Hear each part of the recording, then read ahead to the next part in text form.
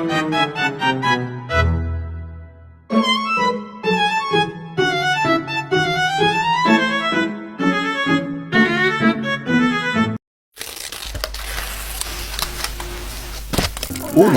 ang katatagan at seguridad ng mga tao kaayusan na nakakapag-ayos sa mabuti ng pamumuhay. Ano nga ba ang kabutihang panlahat? Kabutihang panlahat.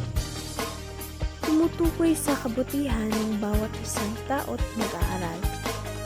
Sa lipunan at paaralan, tumutulong, nagpapakita ng awa at tinuturing ang bawat isa. Nahihirapan na kapwa mag-aaral. Hindi maling lumapit at tulungan. Huwag ikahiyang ituro ang nalalaman. Dahil sila'y nangangailangan, hayaan mo ang iyong sariling tumulong at baliwalain ang ibang humusga sa iyong kabutihan at pag-unawa.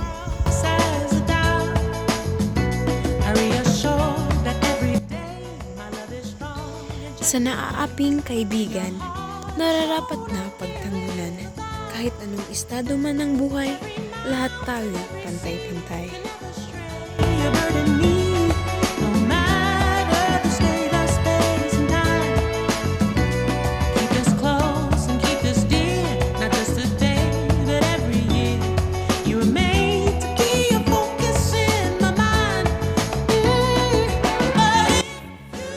Sa makalat na kapaligiran, huwag hayaang pagmasdan lamang ng karamihan.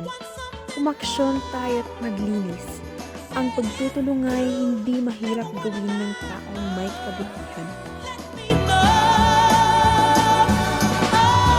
Kung ang kapwa'y nahihirapan, sa bagay man o pinagdadaanan, ipakita ang tunay na kabutihan, tumulong kahit hindi magkakilala dahil mas sinatanim pa ang kabutihan ng isang hindi kakilala.